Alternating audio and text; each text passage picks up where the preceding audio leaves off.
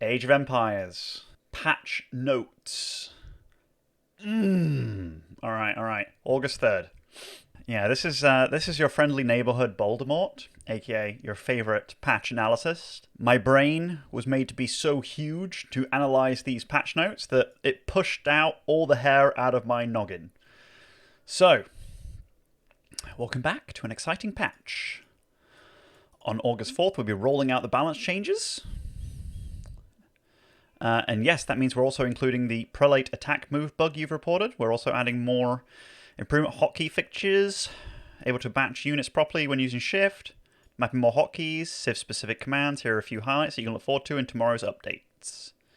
So, more remappable hotkeys, map balance changes, other balance features, quality of life bug fixes. Cool. Let's see. Thanks again to our amazing community members. Awesome. No, after this update, build spotlight, remappable hotkeys. Holding down shift and unit production commands will correctly. I don't really. I guess this is something that you guys used from AOE4, right? Like batch production. I never used it. When using the. I just have like increased rapid fire, I guess, like repeat rate from StarCraft 2. That's my StarCraft 2 thing. So yeah, correctly queuing shit, fixes to remappable key bindings, cancel construction hotkey is now remappable. Oh, so that means you can make it as escape and stuff now? That's good. Or, cancel. That's on S normally, right? One fortress, now respect buildings made under the outpost category. Okay, so this is lots of fixes to... yeah, okay, cool.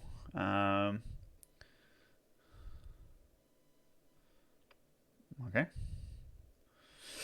General. Alright, here we go, team. Here we go. We get into the juice. Okay. Technologies. Herbal medicine. Healing rate improvement reduced from 100% to 60%. Developer note. With the addition of attack move healing in the last major update, we're seeing you all bringing far more monks to the battlefield. This change is mostly targeted at the Delhi Sultanate, who can stack really high healing on elephants, but it's also a way to temper the effects of attack move healing in general. I think that's a good change. I don't know what testing they've done to get to this number exactly. Some of the stuff that I thought about was having it so monks can't stack their healing, but hey, they want to keep the stacking. If this works out good, then cool. Maybe if they didn't stack and you had like a monk trailing each unit, it would remove the power of AoE, but we'll see. Survival techniques. If you're wondering which upgrade this is the one that... this is the third one in the mill. So you have the one that improves your harvesting, the one that improves wheelbarrow, and then you have survival techniques and then pro scouts. So this is survival techniques. So they're making this cost quite a chunk less, actually. 25 less gold and 25 less wood. So it's very cheap. That means for civs like French, maybe this costs like 50 gold and less than 20 wood. So it's like, holy shit. Research time also massively reduced. This will make this way more useful for China as well, given that you boost it. If it's in the tax thing, then you get like 64 gold back, so it's almost a free upgrade in a way. So yeah, buffing this was kind of cool. It means you harvest the hunt 15% faster, so that means your boar and your deer. So they definitely want you to feel like that's more of a thing. I'm okay with that as well. Siege engineering, research time, faster. That means to try and get your rams busting if you see that your opponent's being greedy, you can get it online faster. I think that's a good change.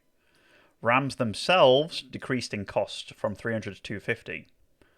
Also, I think this is all okay, because if you see your opponent being greedy, sometimes I can be so greedy, and knowing that I'm going to hit age 3 anyway, that by the time the ram starts building outside my base, it's, you know, I'm out of the danger zone, which... let's see what they say. These changes are aimed at making a defense against a tower rush easier. Oh, okay. By reducing the time to access ram. Okay. And the cost of building a defensive ram. We're also aiming to make feudal aggression more valuable against turtling players. Okay. So yeah, I felt it was more about this, but if it's about dealing with tower rushes as well, cool. Scouts. Okay, the scouts went through a massive overhaul. Let's see. Health regeneration reduced by 50%. So your scouts, yeah, that's a no-brainer there. I think that's good. Scouts definitely regen very quickly. Production time increased from 20 to 25 seconds. That's also interesting. So that means when people go for the scout first and then villagers, for example, that's a little bit nerfed. Will people resort more to just one scout now? I'm not sure. I'm not sure about this. I would love to know what their reasoning behind this is.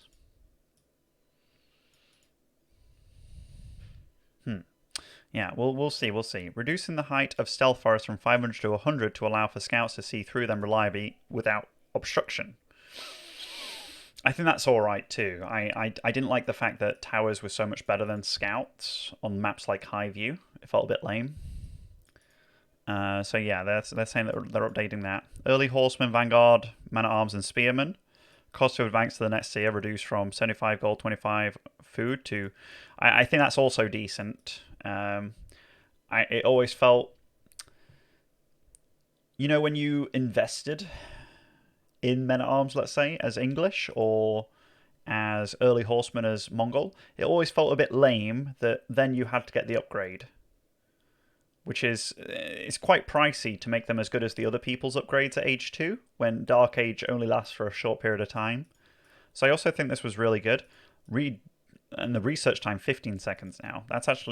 This is really big.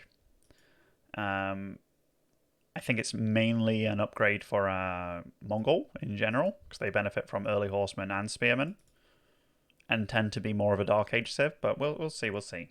So I think overall pretty cool. Obviously, the Vanguard Man-at-Arms is only available to the English, but buildings, defenses, no longer favors rams as a target. So this is cool as well.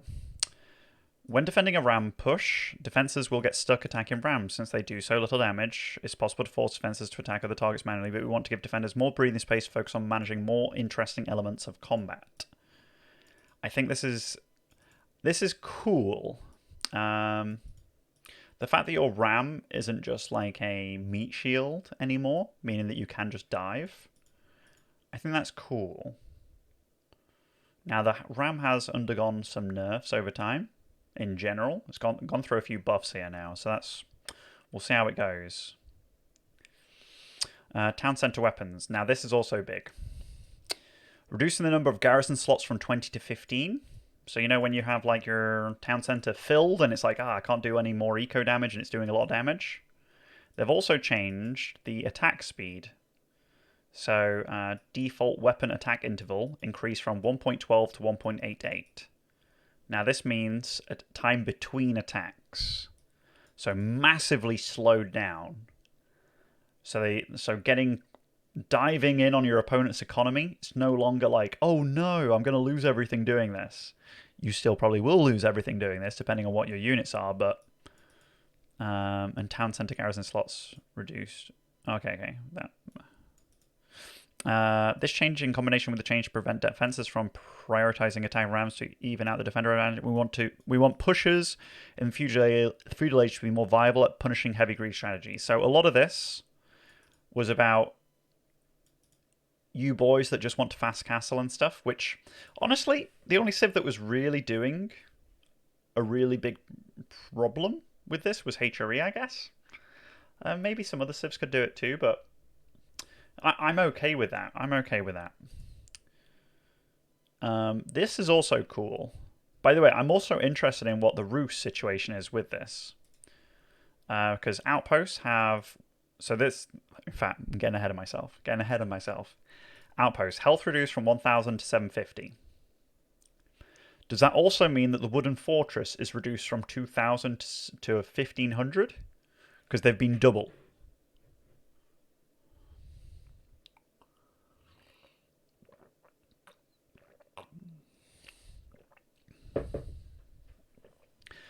Build time increased from 45 to 60 seconds. And outpost garrison attack interval increased. Tower rushing has been a consistently strong strategy for a long while, and our changes to towers are to make it more difficult to place them offensively. Now they take long to build and have less health. It should give defenders a larger window for counterplay. You know, Casper probably read this and was like, holy fuck. Why? Why? Whereas people like me, we cheered. We cheered, team. The patch will be coming out later today, so that's awesome. Yeah, Casper in shambles over here, team. Casper in shambles. All right. Delhi. Tower War Elephant. Health reduced from 860 to 600. But the range armor increased from 4 to 7.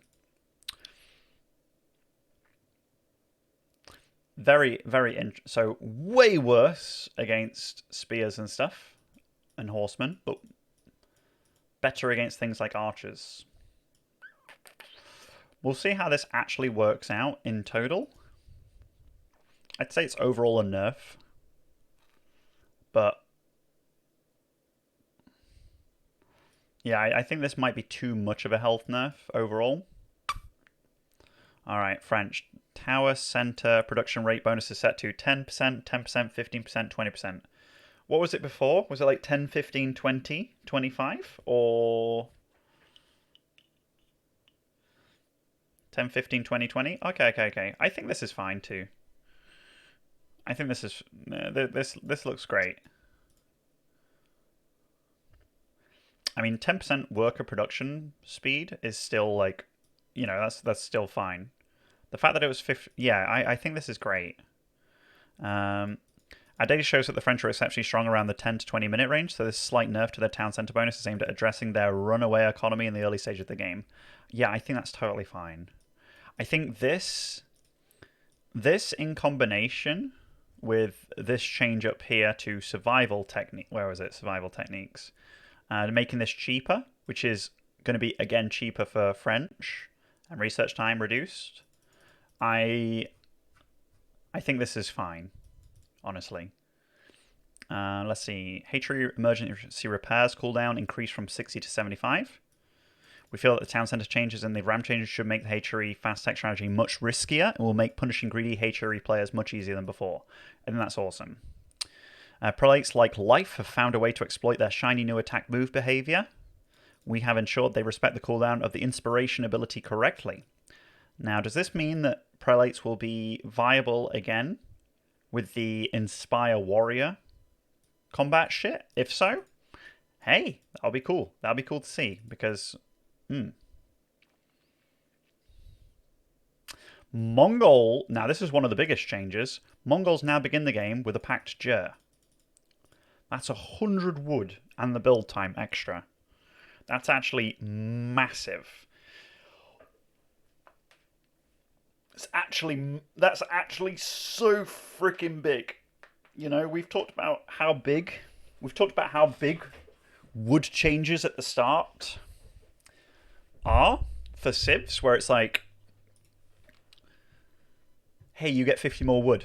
And then what did that open up for English? It opened up these wheelbarrow builds, it opened up these fast Vanguard man-at-arms builds, you name it. But this is super big.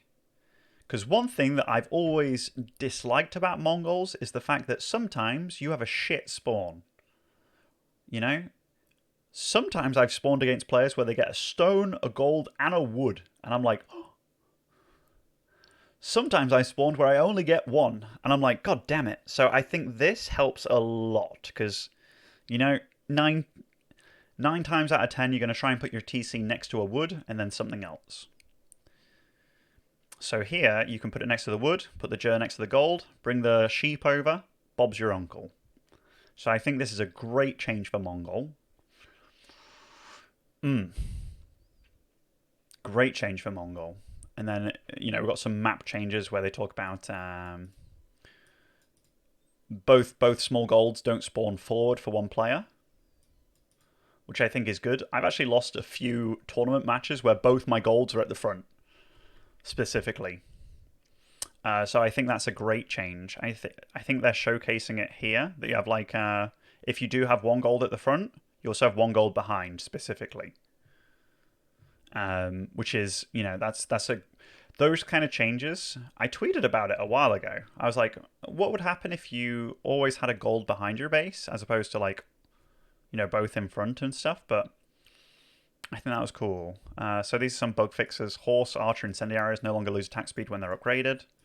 Fixed a crash that could occur. Fixed a bug where it's possible to repair structures even when you don't have the necessary resources. Villagers no longer T-pose when reloading after shooting Gaia. T-pose means go idle, right? Oh, does this mean while reloading after shoot?